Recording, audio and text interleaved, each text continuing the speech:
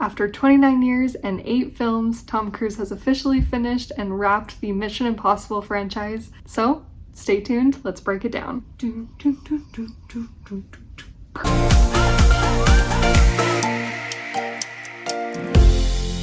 This is your spoiler warning. I will do the first half of this video without spoilers and just giving my thoughts and rating the movie. And then the second half of this video will have spoilers, and we are going to talk about specific scenes, characters, and events that happen in the movie. So if you do not want to know what happens and you haven't seen the movie yet, you can at least watch the first half of this video. So overall, I liked the movie. I didn't love it. Overall, I would rate it about a 3.5 out of 5 popcorn buckets. I liked it. I thought that they did a good job with the stunts, and I mean, how can you not love Tom Cruise as Ethan Hunt? He is the whole reason you go and see the Mission Impossible franchise, and he is just so fun to watch on film. The team I really enjoyed, but there were just some things I really didn't like about it. There were some things I definitely would have changed and maybe rewritten a little bit. It did feel like it had a lot going on. There were some plot lines that I thought could have just been erased completely. And then there were some plot lines or important story pieces that I felt like maybe should have been included in Dead Reckoning and not this movie. Maybe they should have split it up a little bit differently. But overall, I thought it was okay. Again, about a 3.5 out of 5. So I think it is worth seeing, but it wasn't my favorite movie in the franchise. The stunts and the action sequences in the movie are incredible. The movie will make you sweat, stress sweat. I was so stressed during all the action sequences and basically left the movie theater sweating because it is high stakes and high emotions. It's very action-packed. It's death-defying. So you will sweat a little bit. It keeps you right on the edge of your seat the whole time. There is a lot of dialogue in the movie, and I didn't feel like there was a lot of exposition, so that it felt a little bit hard to follow at some points.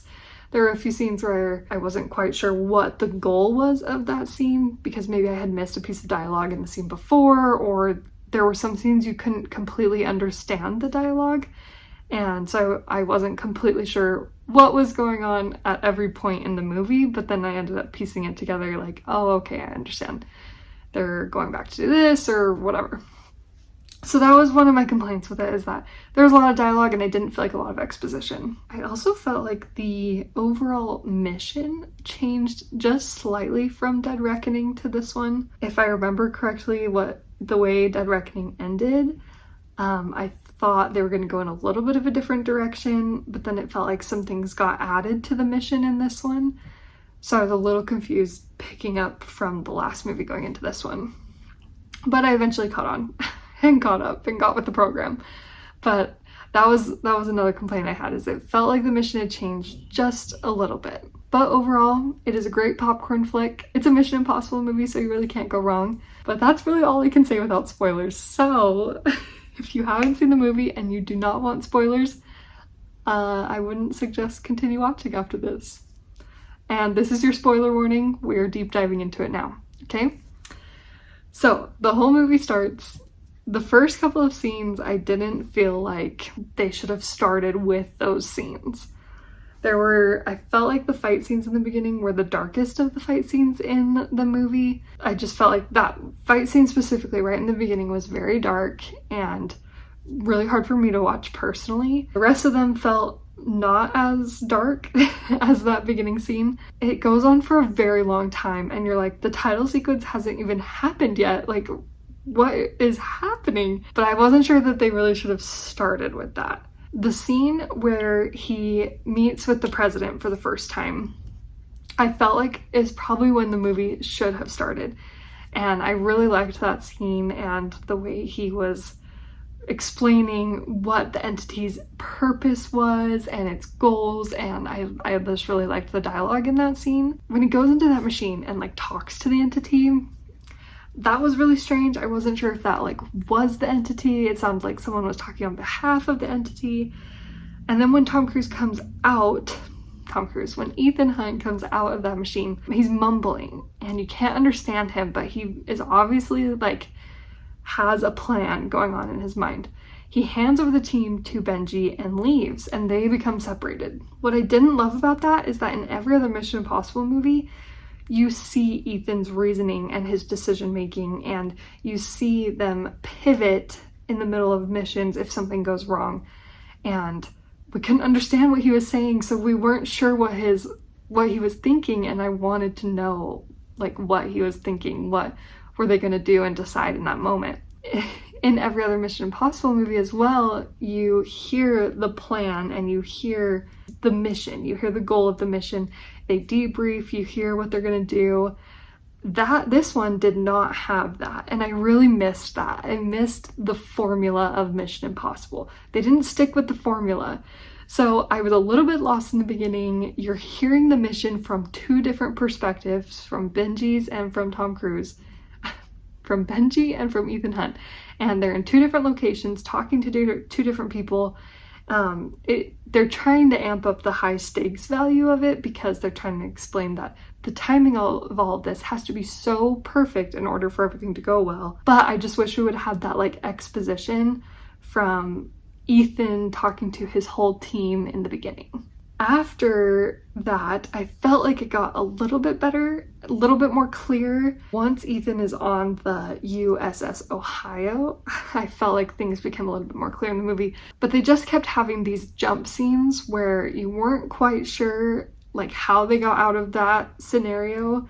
This was my issue with Dead Reckoning as well, is in Mission Impossible, it's so amazing because he does the impossible, right? He gets out of the situation, or he fixes an impossible situation. In this one and in Dead Reckoning, there's a lot of stunts and scenes that they're in that all of a sudden it will cut to black and they're out of the situation and you're kind of like, how the heck did they do that?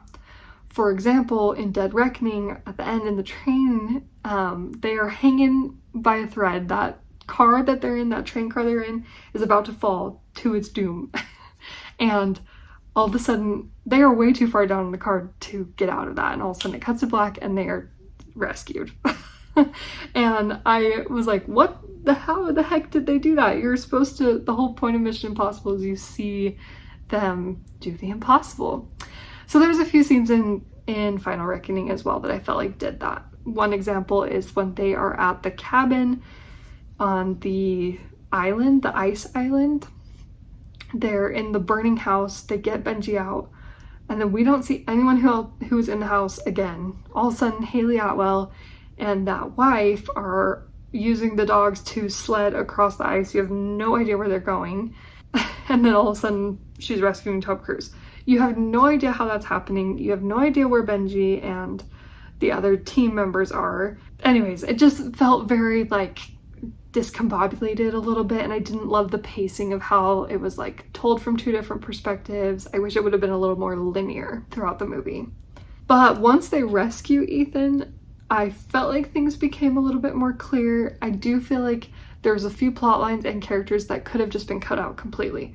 The CIA agent and Kittredge could have just been cut out completely. Gabriel felt a little bit like an afterthought in this movie, especially because the entity tells Ethan he's been cut off and Gabriel's been cut off from the entity, so it really kind of felt like you're not really important anymore. Why are you here? In Dead Reckoning, there was a lot of like Ethan being a little bit confused as to who to trust because the entity was infiltrating a lot of their technology, and I wish that would have been the main plot of this one. And Dead Reckoning would have been more so the supplies gathering, maybe going into the submarine and getting that source code, gathering the key.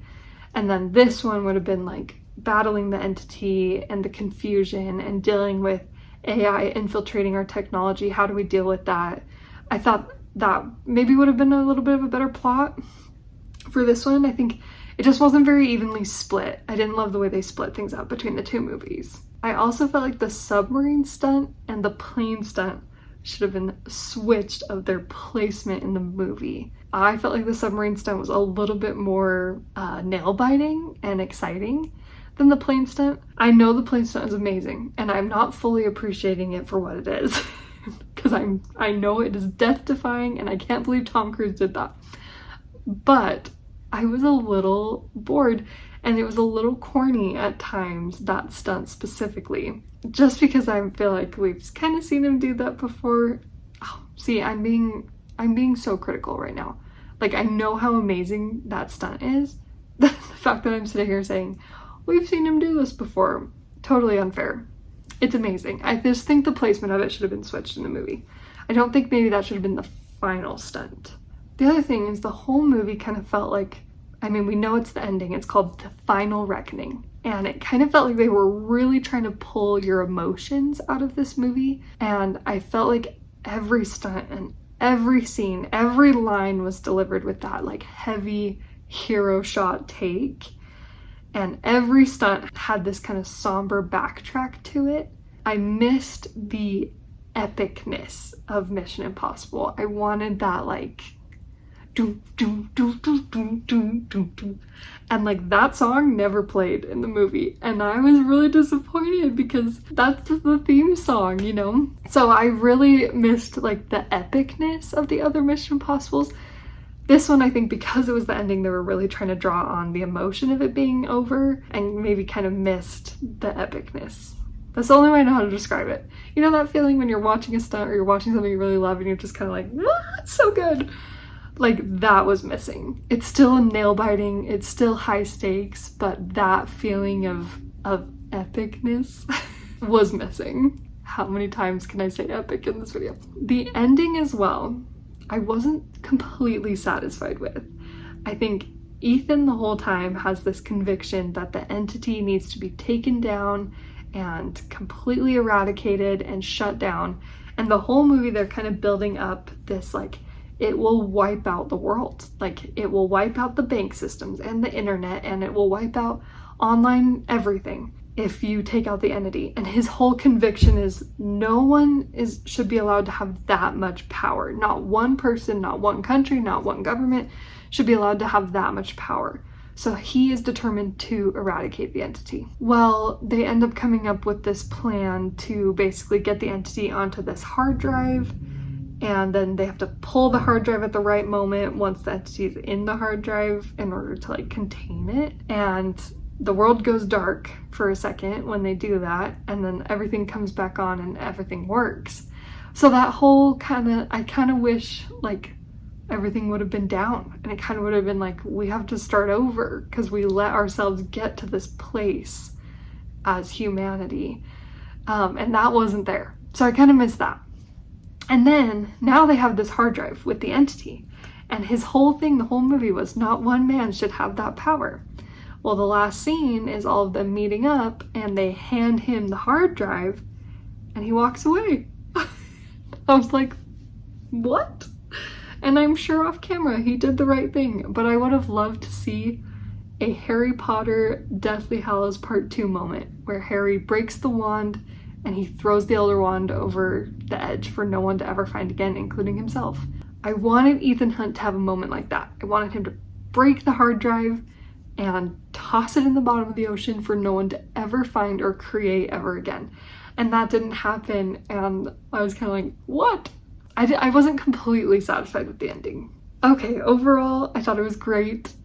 I will never regret going to the theater and seeing Tom Cruise on the big screen. I think he's phenomenal, and I love watching him in movies. But overall, I think I was just a little unsatisfied with, they tried to force too many emotional moments, stunts went a little bit too long, and then I wish the pacing and the way they set up the mission would have been a little bit different. But the world is saved, and Ethan Hunt strikes again, so really, where can you go wrong? Tell me your thoughts on this Final Reckoning movie in the comments below, and please like and subscribe to the channel for more video breakdowns. We are going to see the live action How to Train Your Dragon in a couple weeks, which I am so excited for, and I will have a movie review coming out of that as well. You can also follow us on Instagram for more movie content. We have a lot of fun over there. It's at Pass the Popcorn Lizzie, and I will see you next week.